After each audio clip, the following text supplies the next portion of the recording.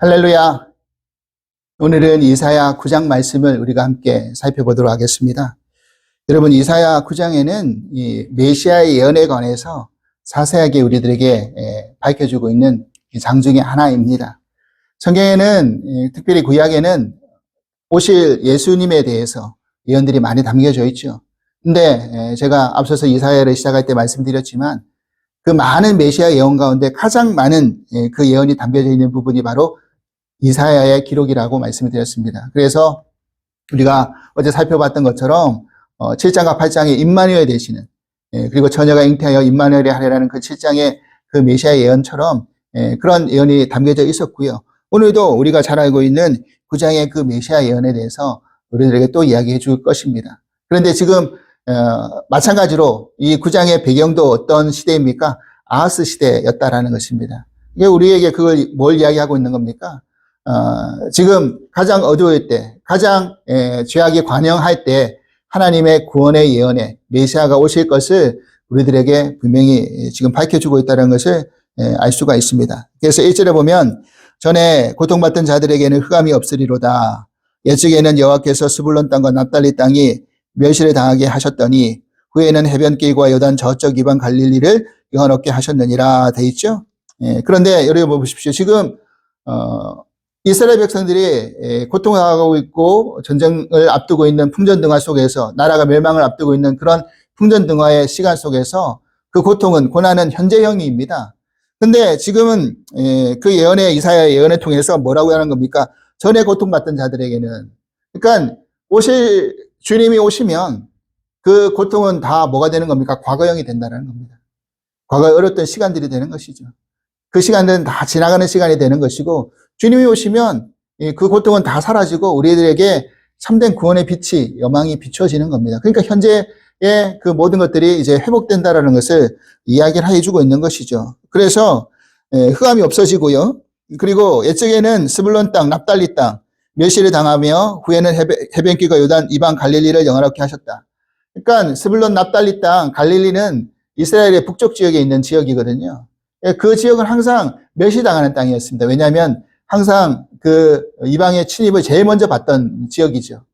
그래서 그곳에 사는 백성들은 늘 고통 속에 소망이 없는 가운데, 그리고 버려진 땅, 아무도 돌보지 않는 땅, 아무도 살려고 하지 않는 땅, 그런 땅의 백성들이었다는 겁니다. 근데 구원의 빛이 임하면 어디부터 가장 먼저 임한다는 이야기입니까? 그것부터 임한다라는 거잖아요. 그 흑암의 자리에 먼저 빛이 임하게 될 것이고, 정말 죄인 취급받고 또 제대로 인정도 받지 못하는 멸시당했던 땅이 어떻게 된다고요? 영화롭게 된다라고 이야기하는 겁니다. 여러분, 예수님이 사실은 베들레헴에서 태어나셨습니다. 그런데 예수님이 그 유다의 계보를 이었기 때문에 유다 땅에 있는 베들레헴에서 태어났지만 공생의 기간 동안 활동했던 지역은 어디냐면 바로 갈릴리 지역입니다. 여러분, 마태복음 4장에 보면 그 말씀이 등장하는데요. 4장 12절에서 17절 말씀을 읽어보면 이렇습니다.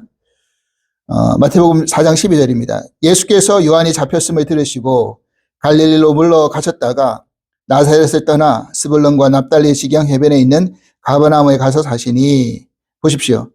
이제 본격적으로 공생을 시작할 때 예수님이 어디로 가셨다고요? 갈릴리로 가셨습니다. 그러면서 나사렛을 떠나서 스불론과 납달리 지경 해변에 있는 가버나움에 사셨다라고 기록하고 있죠.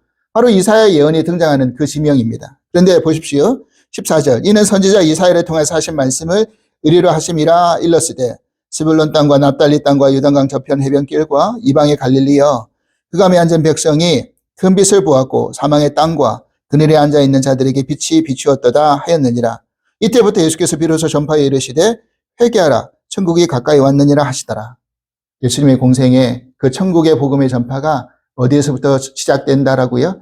갈릴리 땅, 스불론과 납달리 땅, 흑암과 어둠에 있는 땅. 그러니까 가장 어둡고 고통받고 있는 그 시간 가운데, 그 지역 가운데 먼저 구원이 임한다라는 겁니다. 그러니까 우리가 낙심할 필요가 없고 두려워할 이유가 없는 것이 바로 여기 있다는 것을 다시 한번 이야기해 주고 있는 것이죠. 그래서 그 빛이 임하면 어떻게 됩니까?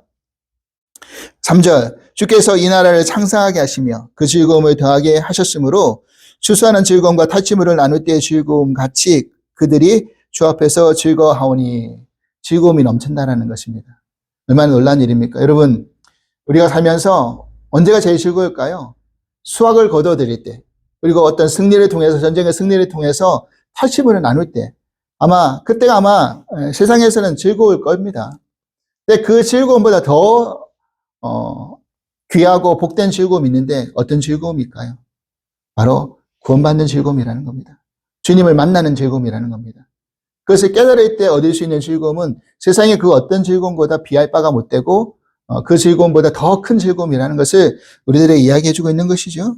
그래서 4절 보니까 이는 그들이 무겁게 맨 멍에와 그들의 어깨의 채찍과 그 압제자의 막대기를 주께서 꺾으시되 미디안의 날과 같이 하셨음이니라. 이 두 가지의 어떤 역사적인 사건을 지금 예로 들고 있는데 하나는 출애굽이고 하나는 기드온 300용사가 미디안 군대를 이겼던 사건을 지금 등장시켜 놓고 있습니다. 근데 이것이 의미하고 있는 바가 있다는 겁니다. 여러분, 출애굽 당시 이스라엘 백성들 한 일 아무것도 없습니다. 그들의 힘과 능력과 또 싸워 이겨가지고 바로와 싸워 이겨서 그들이 애굽에서 나왔습니까? 전혀 아니죠. 그들이 애굽에서 나올 수 있었던 이유는 전적으로 무엇 때문에 나올 수 있었습니까? 하나님의 역사하심 때문에, 하나님의 능력 때문에 나올 수 있었다라는 사실입니다. 그렇죠? 그리고 미디안과 300용사, 기드온과 300용사가 미디안 군대와 싸워서 이긴 것도 마찬가지죠. 300명의 군사들이 나가서 전쟁에서 싸워서 이긴 겁니까? 아니죠. 그들은 항아리에다가 불 붙여가지고 깨고 소리 지르는 것밖에 없었어요. 나머지는 어떻게 했습니까? 거기에 놀라서 미디안 군대끼리 자기들끼리 싸우다가 다 죽여버리는 그런 역사가 일어났잖아요. 그러니까 이건 우리들에게 뭘 이야기해주고 있는 겁니까? 하나님의 구원의 역사는 결국 하나님이 이루어 가시는 겁니다.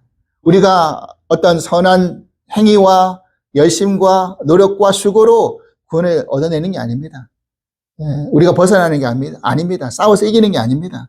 하나님의 선택이고 하나님의 역사심이고 하나님의 열심이었다는 겁니다. 그래서 우리의 구원을 이루신다는 것을 우리는 분명히 기억해야 된다는 사실입니다. 그래서 그렇게 전쟁이 끝날 것이다. 끝난다 라고 하면서 유명한 이제 말씀이 등장하죠. 9장 6절 7절 말씀입니다. 6절부터 읽겠습니다. 이는 한 아기가 우리에게서 낳고 한 아들을 우리에게 주신 바 되었는데 그의 어깨에는 정사름이었고 그의 이름은 기묘자라 모사라 전능하신 하나님이라 영존하시는 아버지라 평강의 왕이라 할 것임이라. 그죠? 한 아기를 우리에게 보내신다는 겁니다. 구원의 역사가 한 아기로부터 시작된다는 겁니다. 이게 얼마나 역사적입니까?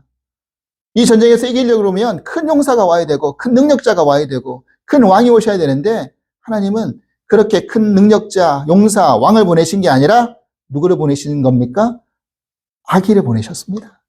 그 아기를 통해서 그 아기가 자라면서 하나님의 그 구원의 역사를 이루어 갈 것이라는 것을 우리들에게 말씀해 주고 있죠. 근데 그 아기가 어떤 자라고요? 하나님이 주셨는데 어깨에는 정사를 메었고 모든 역사를 다 짊어지고 가실 것이고 그의 이름은 기묘자라 모사라. 그 기묘자 모사라는 그 의미가 영어 성경에서 보면요. 정말 기가 막힌 조언자라는 그런 훌륭한 조언자라는 그런 뜻이 있습니다.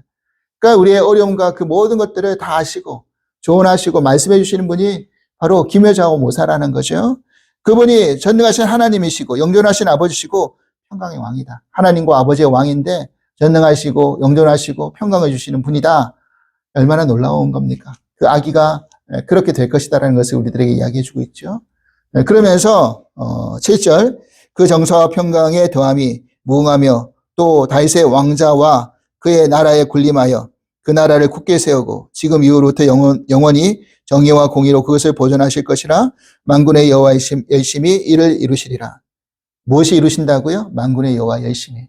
하나님의 열심히 하나님의 구원의 그 언약의 역사를 이루어 가신다. 비록 가장 악했던 그 아하스 왕 때 정말 풍전등화의 그 어둠의 시간 때도 하나님의 열심으로 다윗과 세웠던 그 언약을 지키려고 하시는 그 언약의 그 성취하시고자 하는 하나님의 그 계획을 이루시기 위해서 하나님이 열심을 내고 계신다는 겁니다. 하나님 우리를 지금 구원해 내셨습니다. 하나님 구원해 내신 우리를 포기하시겠습니까? 포기하지 않으시죠. 하나님이 우리를 구원해 내셨으면 하나님이 열심으로 우리의 구원을 성화의 자리에까지 그렇게 이르게 만들어 가실 겁니다. 여러분, 그 과정 속에서 우리가 때로는 범죄할 수도 있고 실수할 수도 있고 실패할 수도 있고 실족할 수도 있고 넘어질 수도 있고 시험 들 수도 있습니다. 그런데 그런 우리를 하나님 포기하지 않으십니다. 어둠 가운데 또 가장 어렵고 힘들 때 하나님은 우리들에게 한 아기를 보내셔서 그 모든 것들을 온전케 만드시는 그런 귀한 역사를 이루어 가실 겁니다. 우리가 힘들고 어려운 시간들을 우리가 지금 보내고 있다 할지라도 우리의 소망되는 이유, 소망이신 이유가 바로 여기에 있다는 것을 우리가 놓치지 말아야 될 것 같습니다. 결국 하나님의 열심히 우리의 모든 것을 이루어 가십니다. 우리의 구원을 만들어 가십니다. 내 노력과 내 수고와 내 열심이 아니라 하나님 열심으로 그 일이 이루어 가실 것을 우리가 믿으면서 우리도 우리가 믿음의 자리를 지키고 하나님과 동행하며 떠나지 아니하고 그 하나님의 때를 기다리면서 하나님의 이루시는 그 일을 우리 눈으로 목도할 수 있는 은혜가 있기를 주님으로 간절히 기도합니다. 하나님 아버지 감사합니다.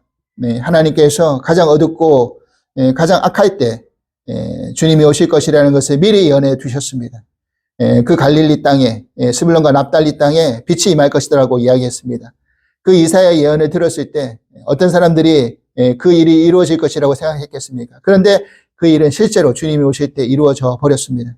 그런 것처럼 지금 주님이 말씀하셨던 그 언약의 그 모든 성취도 주님이 오실 때 다 이루어질 것이라는 걸 우리는 믿으면서 지금 암울하고 힘들고 어려운 시간 속에서도 우리가 버티고 견뎌낼 수 있는 이유인 줄 믿습니다. 하나님, 그 전능자 되시고 영존하시고 또 평강영왕으로 오실 그 주님, 이미 주님이 오시고 다시 오신다라고 약속하여 주셨사오니 그 약속을 우리가 의지하고 믿으면서 지금 힘들고 어려운 시간 속에서도 잘 버티게 하여 주시고 또 어렵고 힘든 그 흑암 속에서 한 줄기 빛 되신 주님을 기다리면서 우리 믿음의 자리를 떠나지 아니하고 은혜를 사모하며 누리며 또 그렇게 믿음을 지켜나갈 수 있는 저희 모두가 될 수 있도록 축복하여 주시옵소서.